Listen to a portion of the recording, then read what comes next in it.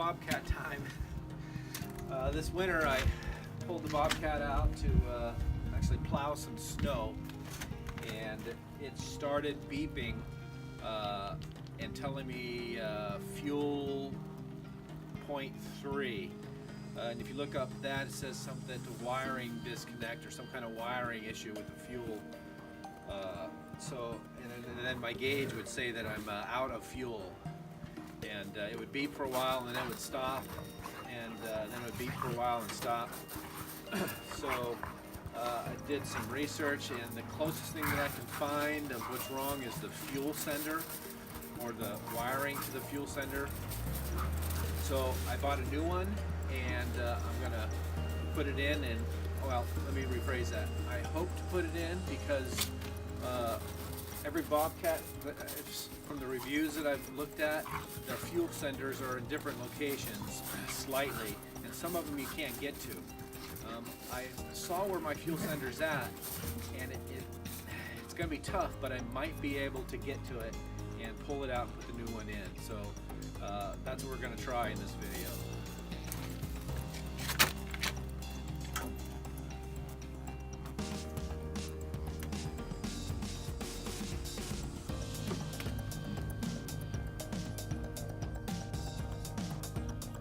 So here's the Bobcat part that I got straight from Bobcat. I guess you could buy it from other vendors. I always feel better going straight to the source.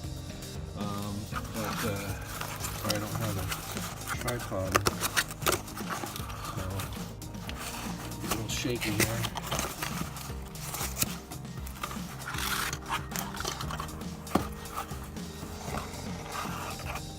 So there's what the part looks like. $57, and it goes in the fuel tank, and then this is a float, I guess, and it reads how high the fuel level is, and then it sends it out through this plug right here. So I didn't get the connector because I'm thinking, can the connector really go bad? It has to be something to do with what's going on in here. According to the Bobcat dealer, he said they sell a lot of these because a lot of these go bad. So this is going to be my first step, and basically it looks like from here it just screws in. You unscrew this, screw the new one in, plug it in, and you're done. The issue is getting this in because the fuel tank is underneath everything in the Bobcat. So we'll see. We'll see if I can get to it. Alright, so I don't know how well you're going to see in here. Especially because we are tucked way.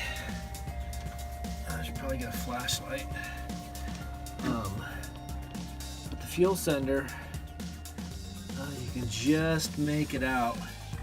It is right back under there. And directly above it, this guy sits right over top of it. I don't know if I can. There you can see it right there. That's what I have to pull out. And I just don't know if it can make that bend. Look at that guy tucked in there. Because this here's right in the way.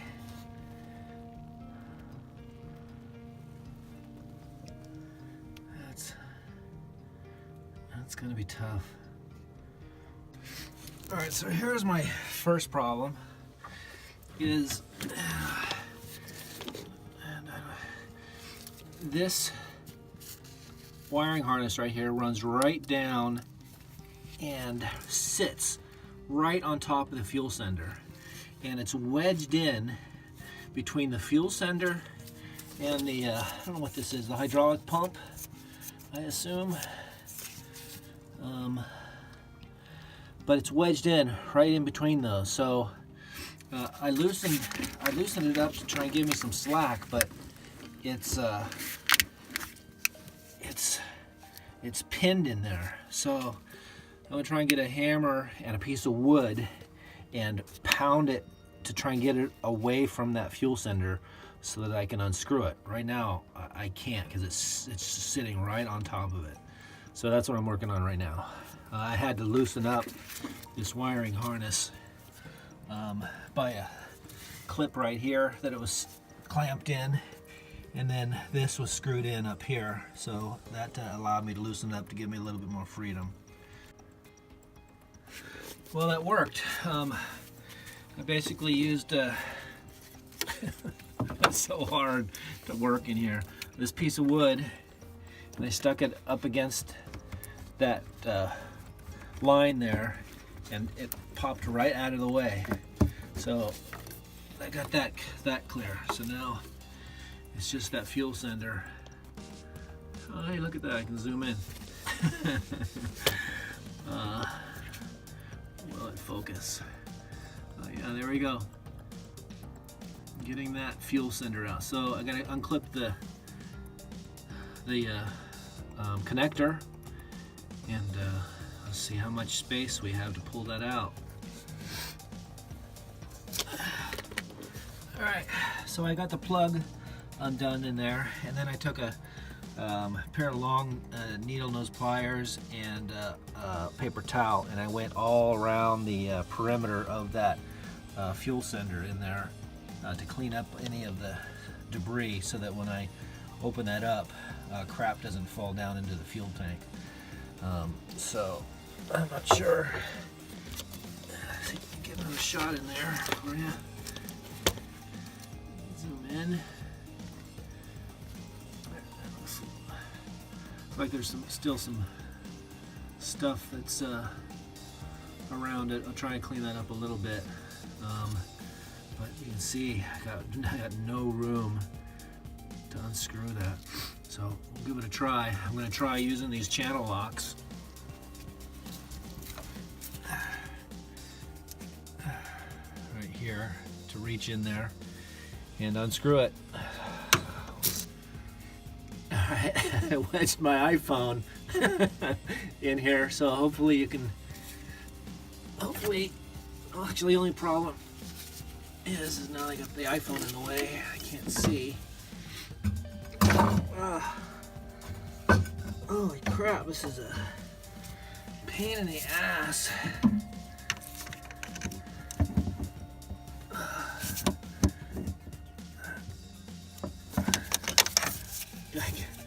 I can already picture it now. Me snapping this off. And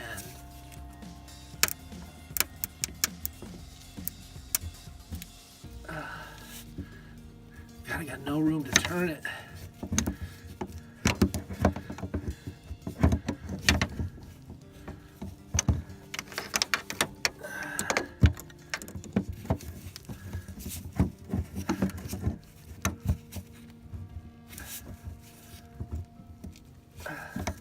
Looks like I broke the seal. Can't get the, just move my camera. That's because I'm hitting the wiring harness.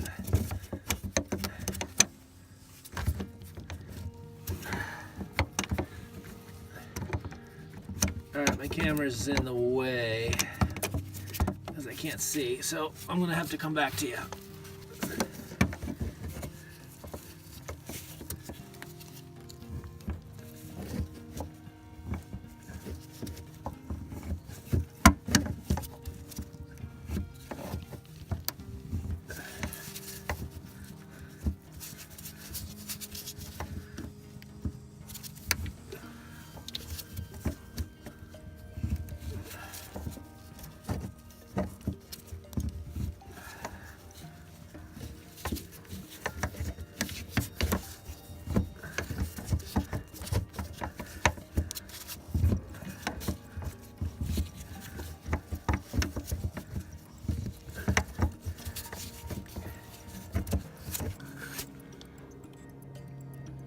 Alright, so I came up through here, but if you look,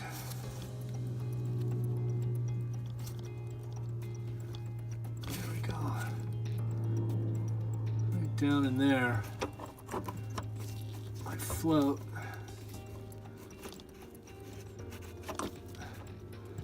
Come on, focus. There we go. I can't get the float out of the hole.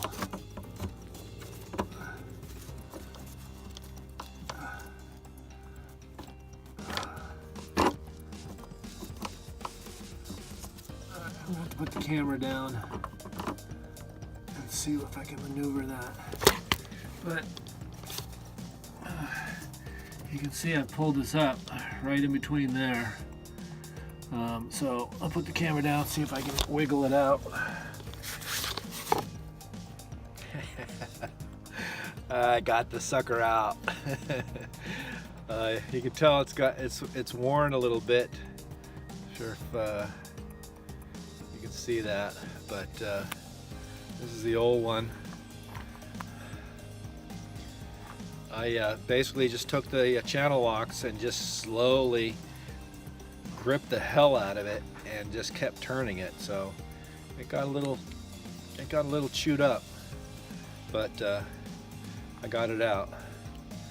So let's put the new one in. Here's the new one.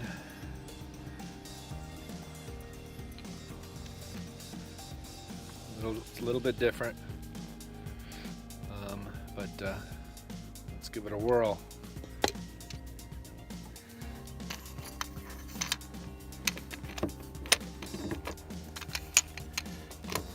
If I can get that in, this is the hard part right here.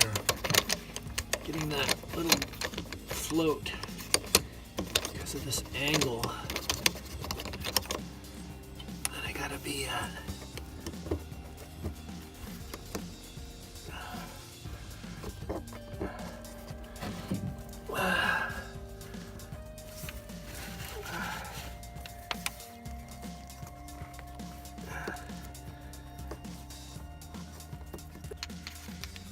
Alright, what I had to do on this thing is, in order to get it tucked underneath there, I had to bend it.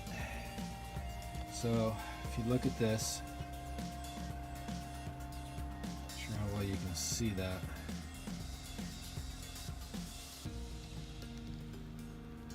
See the bottom there? I bent it out to try and get it in there. Got the fucker in. So I had to bend the rod in the sending unit quite a bit more than I just showed you, and then it dropped in. It was basically, I had to bend it just enough so that that plastic float didn't catch. I bent it a little bit too much and the plastic float caught, and it didn't go up and down smoothly, so I had to kind of slightly bend it back to get it to go up and down without catching. So just at that point is where I was able to drop it in. The other pain in the ass that I had was this freaking plug.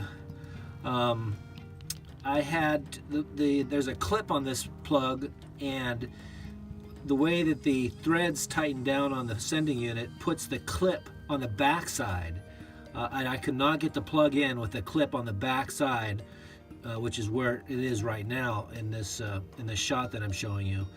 So basically, I had to rotate.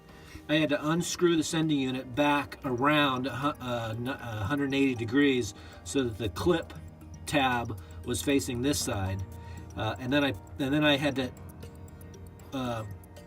basically set the connector on top, and then I had to take a screwdriver and kind of pound it so that I could get the connector to go into the sending unit plug. So I had to kind of force it in, and then once I forced it in, then I had to tighten the sending unit where it screws into the fuel tank, but basically tightening it back up again after it was plugged in, if that makes sense. So basically I had to plug the sending unit in and then continue to tighten it, which ended up putting the clip on the back side.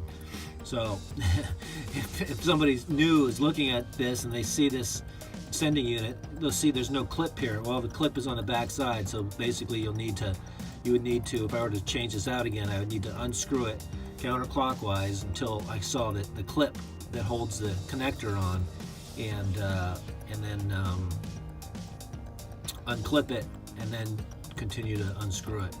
So anyway, I got it in. I can't believe it. It's a pain in the ass every step of the way. I even made a little metal tool. Ugh. Oh, let me rephrase that. Back out. I tried to make a metal tool so I could get in there to unscrew it, and this was too thin. If this was about 1/4 of an inch thick, it may have worked, but it was too thin, and it was just cutting into that cheap plastic. So this didn't really work. The tool that enabled me to unscrew it was these channel locks here, and I just gripped it and kept turning it. The new one went in much easier as far as screwing it in. But there it is, it's in. So now I've got my fingers crossed that this was the problem. I'm gonna be really disappointed when I fire this thing up, and if it still continues to beep. That means I've just wasted $56, and pretty much, how long have I been working on this? I've been working on this for about 2.5 hours, I think. So anyway, let me clean up all these tools, lower the cab down, and start her up and see what it does.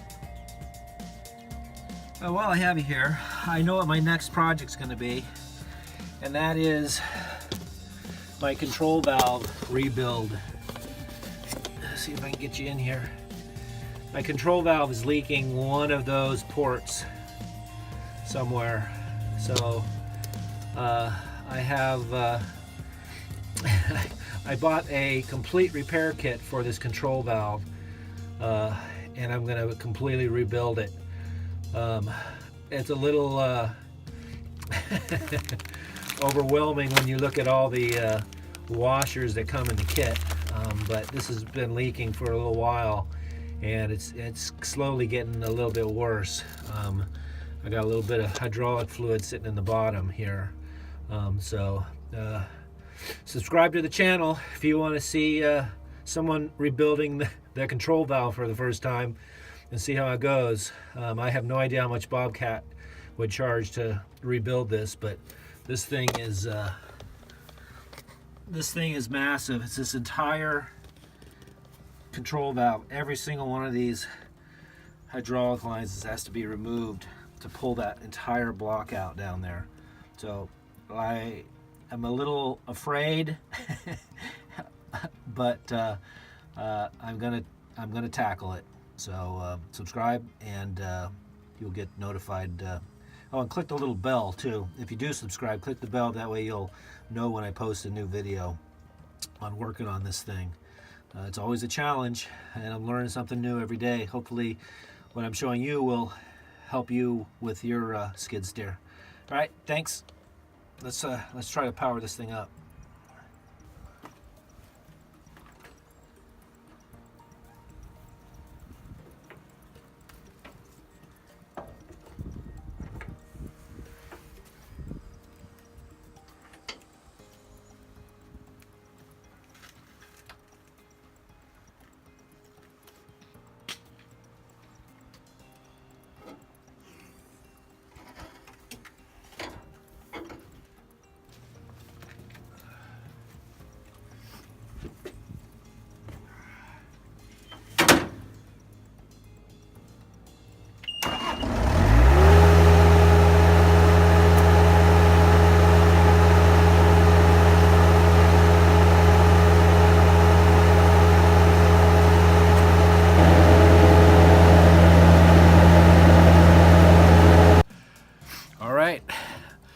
Well, that was a pain in the ass, but it worked. So you gotta like that. Yeah, the next thing that I have to do is my control valve rebuild. I'm not looking forward to that. The kit of O-rings and washers that I got to rebuild that is overwhelming. But I'm gonna have to tackle it here at some point. The other thing I like to do is put a backup camera in here. I can't tell you how many times I'm using this thing, and I'm, you know, constantly obviously backing up, but why not have a little backup camera, you know, up here that I can see exactly, you know, the direction that I'm going. So subscribe to the channel, and you'll see when I install the backup camera. I have all the parts and all the pieces ready to go. I just gotta find time to do it. So anyway, I think that's it. Thanks for watching. We'll see you in the next battle.